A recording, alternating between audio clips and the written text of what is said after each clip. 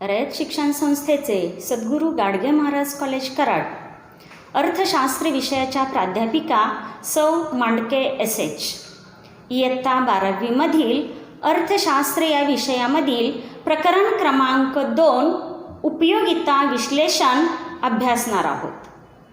त्यामधील उपघटक आहे घटत्या सीमांत उपयोगितेचा सिद्धांत. यापूर्वीच्या पाठामध्ये आपण घटत्या सीमांत उपयोगिता सिद्धांताचे विधान अभ्यासलेले आहे. दुसरा भाग घटत्या सीमांत उपयोगिता सिद्धांताचा तक्ता किंवा कोष्टक अभ्यासलेले आहे. तिसरा भाग सिद्धांताची आकृती अभ्यासलेली आहे. चौथा भाग सिद्धांताची गृहीते अभ्यासलेली आहेत. आज आपण सिद्धांताचा 5वा भाग सिद्धांताचे अपवाद अभ्यासणार आहोत. गृहीतकांचा विचार केला असता घटत्या सीमांत उपयोगिता सिद्धांताला एकही अपवाद नाही.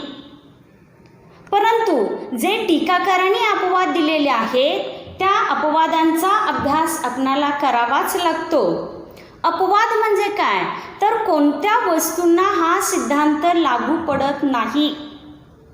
अशा कोणत्या गोष्टी आहेत, कोणत्या वस्तू आहेत, त्या वस्तूंना हा सिद्धांत लागू पडत नाही. सिद्धांत काय सांगतो? डॉक्टर अल्फ्रेड मार्शल यांनी सिद्धांताचे विधान असे दिले आहे की मनुष्याजवळ असलेल्या एखाद्या वस्तूच्या साठ्यात वाढ होत गेल्यास त्या वाढीपासून मिळणारे जादा समाधान किंवा उपयोगिता ही त्या वस्तूच्या साठ्यात होणाऱ्या वाढीबरोबर क्रमशः घटत जाते.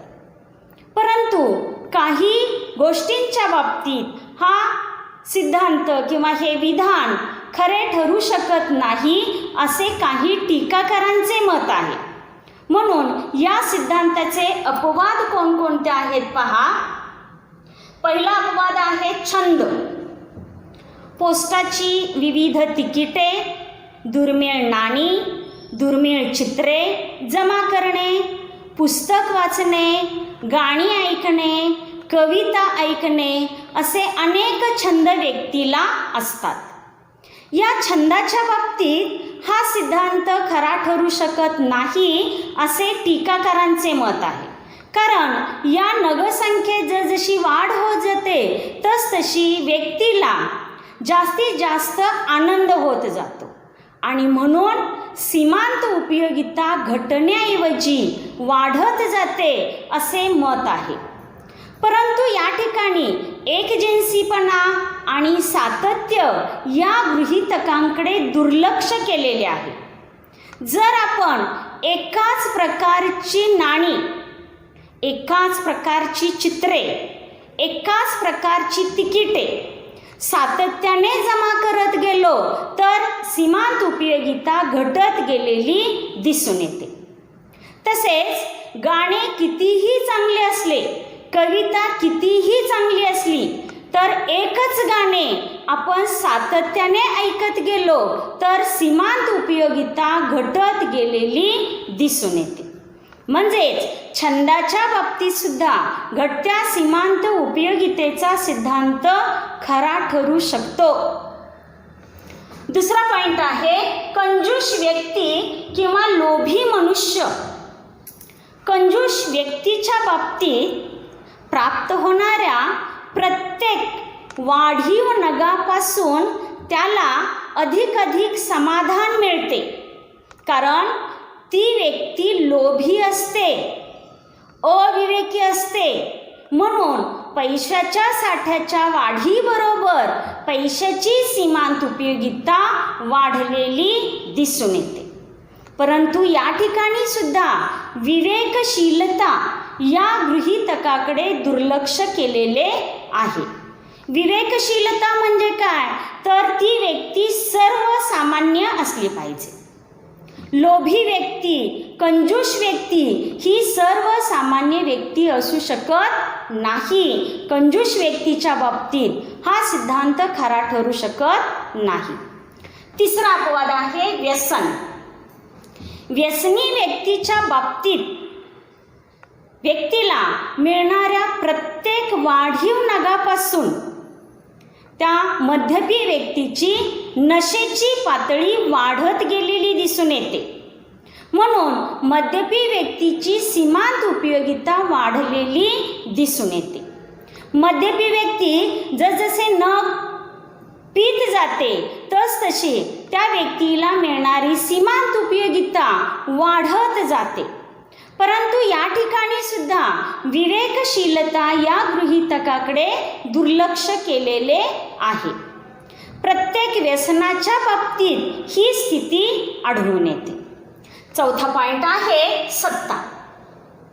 व्यक्तीला जसजशी सत्ता मिळत जाते तसतशी व्यक्तीला सत्तेची लालसा वाढत जाते, सत्तेची हाव वाढत जाते. म्हणून व्यक्ती सत्ता मिळवण्यासाठी प्रयत्न करत असते. या ठिकाणी सुद्धा विवेकशीलता या गृहीतकाकडे दुर्लक्ष केलेले दिसून येते. पाचवा पॉईंट आहे पैसा. पैशाची सीमांत उपयोगिता कधीही शून्य होत नाही असे म्हटले जाते. कारण व्यक्तीच्या वेगवेगळ्या ज्या गरजा आहेत त्या गरजा पूर्ण करण्यासाठी व्यक्तीला वस्तू आणि सेवांची खरेदी करावी लागते. आणि या वस्तू आणि सेवांची खरेदी करण्यासाठी विनिमयाचे माध्यम म्हणून पैसा वापरला जातो. म्हणून पैशाच्या साठ्याच्या वाढीबरोबर पैशाची सीमांत उपयोगिता वाढत गेलेली दिसून येते.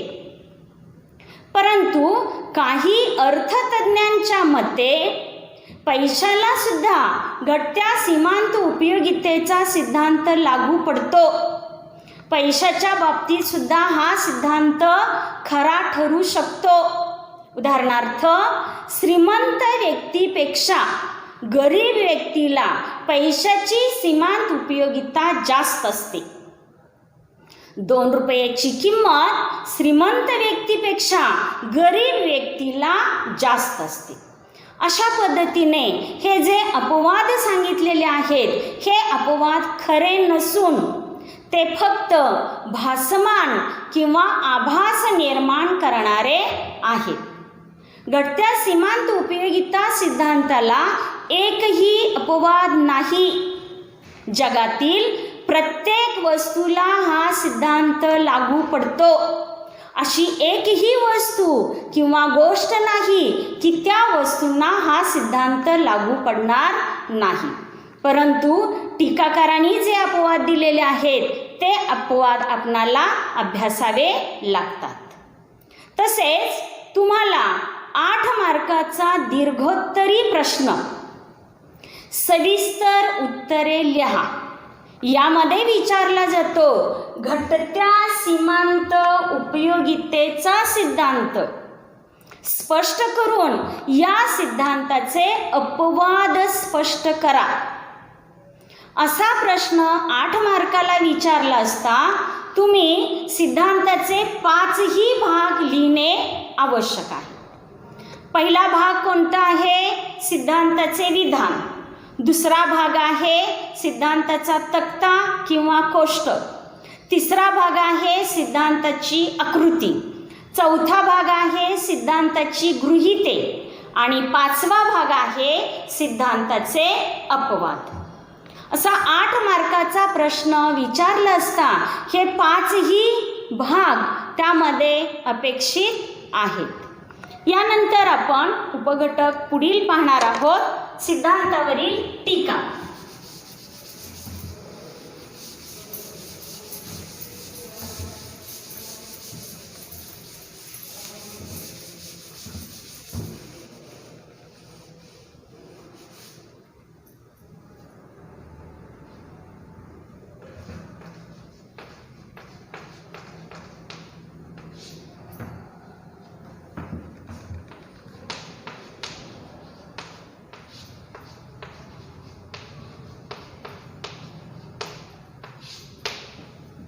घटत्या सीमांत उपयोगिता सिद्धांताचे काही टीका किंवा मर्यादा आहे. हे टीकात्मक परीक्षण पुढील प्रमाणे. पहिली टीका आहे अवास्तव गृहीते.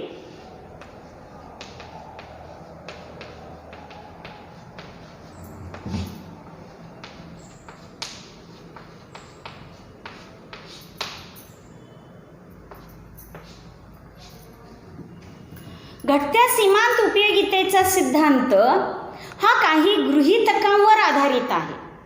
उदाहरणार्थ, वस्तूचा एकजिन्सीपणा. वस्तू एकसारखी असली पाहिजे. रंग, रूप, चव, आकार, गुणधर्म या सर्व दृष्टीने वस्तू एकसारखी असली पाहिजे. वस्तू एकजिन्सी असली पाहिजे. उपभोग सातत्य असले पाहिजे. वस्तूच्या एका नगाचे सेवन करत असताना एका पाठोपाठ एका नगाचे सेवन करणे गरजेचे आहे. उपभोग सातत्य पाहिजे. वस्तूचे योग्य आकारमान पाहिजे. एकदम लहानही वस्तू असता कामा नये आणि एकदम मोठीही वस्तू असता कामा नये. वस्तूचे आकारमान योग्य असणे आवश्यक असते. स्थिरता असली पाहिजे. उत्पन्न स्थिर असले पाहिजे. लोकांच्या आवडीनिवडी स्थिर असल्या पाहिजेत. ही सर्व गृहीतके या सिद्धांतामध्ये गृहीत धरलेली आहेत. परंतु ही सर्वच्या सर्व गृहीतके एकाच वेळी पूर्ण होऊ शकत नाहीत. म्हणून ही टीका सांगितली जाते अवास्तव गृहीते. दुसरी टीका आहे संख्यात्मक मापन.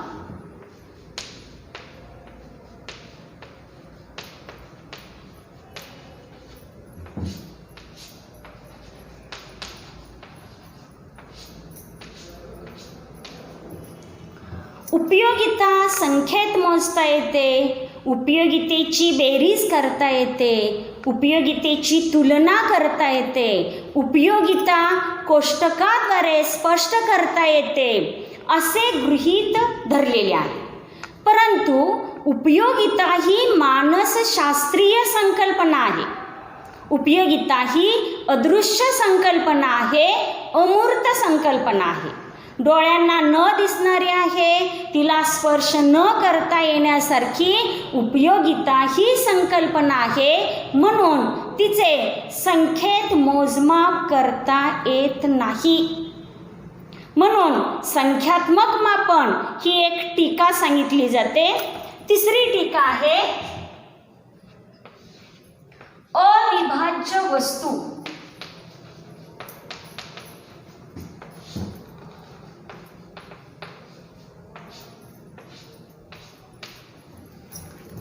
कार, रेफ्रिजरेटर, दूरदर्शन संच इत्यादी वस्तू अविभाज्य आहेत. त्यांचे विभाजन करता येत नाही. व्यक्ती एका वेळी यापैकी एकच वस्तू खरेदी करू शकेल. त्यामुळे बाकीच्या वस्तूंची सीमांत उपयोगिता तुलना करणे अशक्य आहे. म्हणून अविभाज्य वस्तू ही एक टीका सांगितली जाते. चौथी टीका आहे पैशाची सीमांत उपयोगिता स्थिर.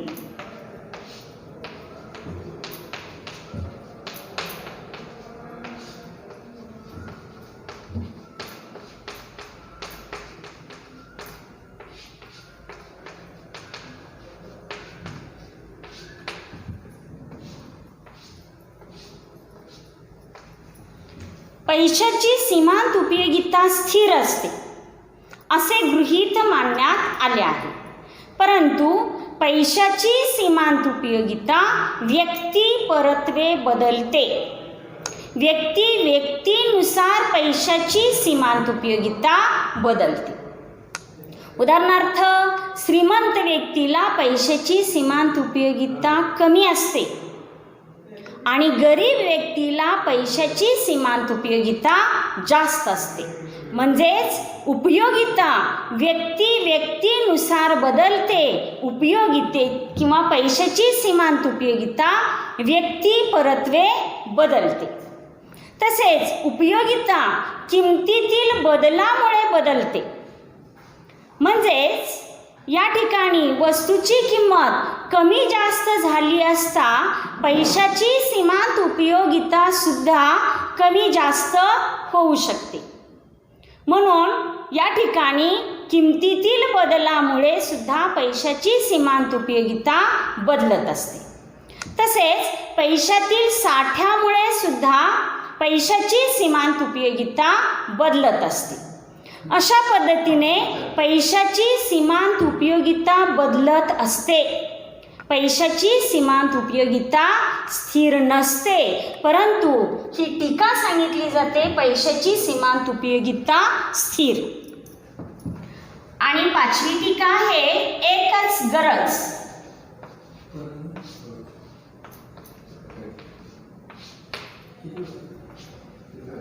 व्यक्ती आपली एकच गरज पूर्ण करून मर्यादित समाधान प्राप्त करत असते.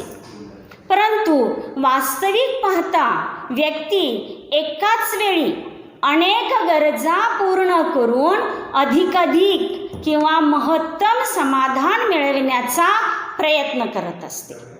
अशा पद्धतीने घटत्या सीमांत उपयोगिता सिद्धांतावरील टीका किंवा या सिद्धांताचे टीकात्मक परीक्षण हे 5 पॉईंट्समध्ये आपण पाहिलेले आहे.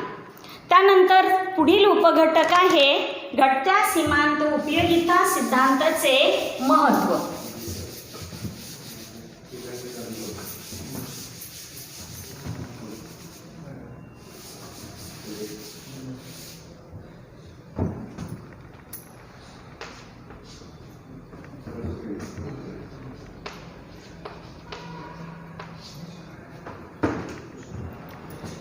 या घटत्या सीमांत उपयोगिता सिद्धांतावरती काही टीका असतील तरीसुद्धा व्यवहारात हा सिद्धांत अनुभवास येतो. हा एक प्रसिद्ध सिद्धांत आहे आणि अर्थशास्त्रीय दृष्ट्या या सिद्धांताचे महत्त्व आहे. ते महत्त्व पुढील प्रमाणे. पहिला पॉईंट आहे उपभोक्त्यांसाठी उपयुक्त.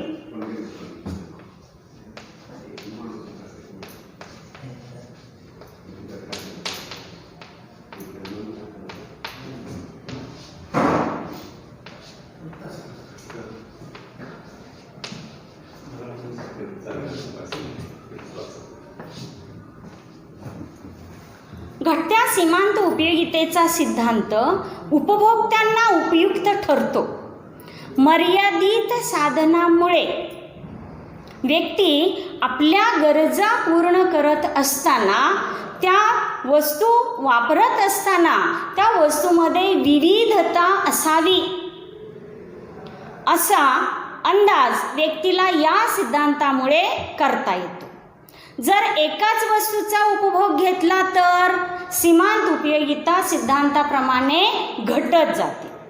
परंतु उपभोक्त्याला हे समजते की आपल्या गरजा पूर्ण करत असताना एकाच वस्तूचा वापर न करता अनेक वस्तूंचा त्या ठिकाणी वापर केला पाहिजे. दुसरा महत्त्वाचा पॉईंट आहे सरकारला उपयुक्त.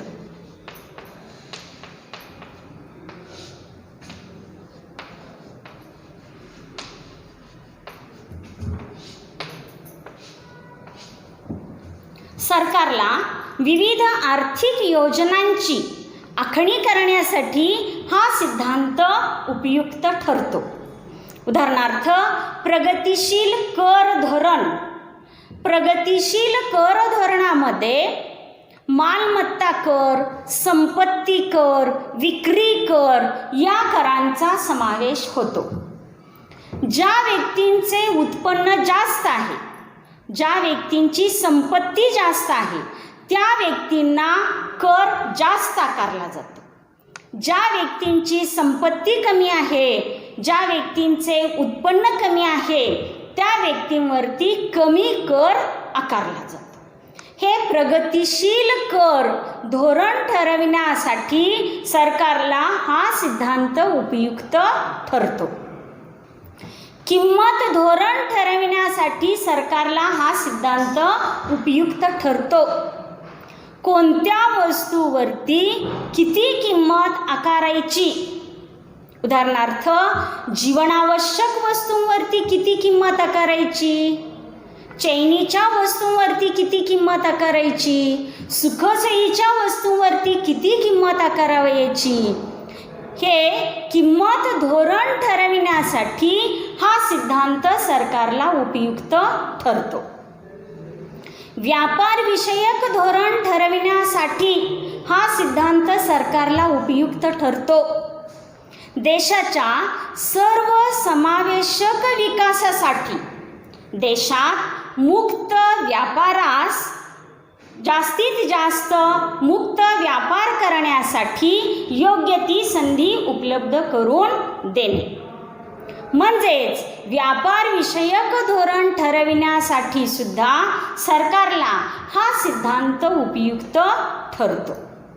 तिसरा पॉइंट आहे मूल्य विरोधाभास.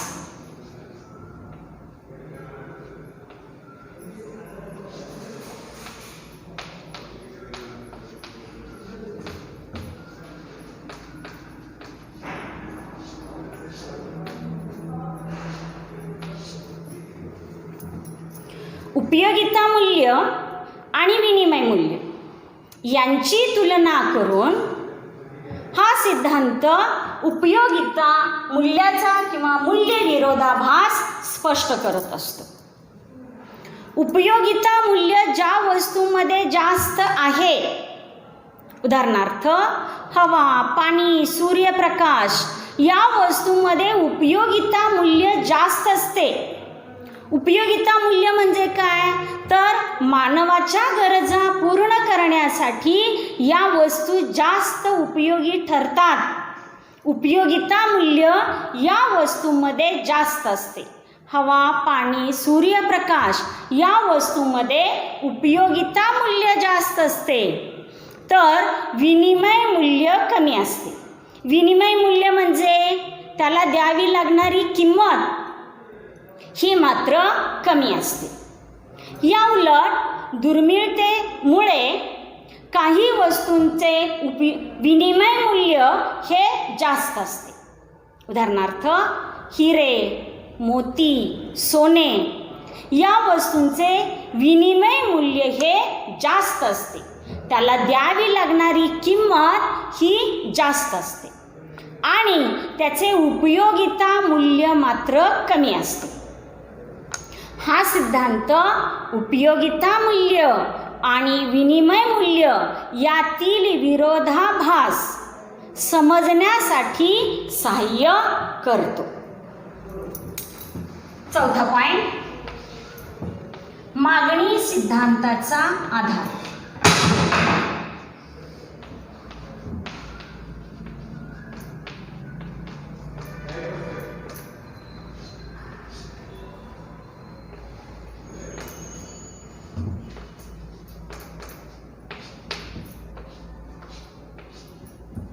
घटत्या सीमांत उपयोगितेच्या सिद्धांतावर मागणीचा सिद्धांत आधारित आहे.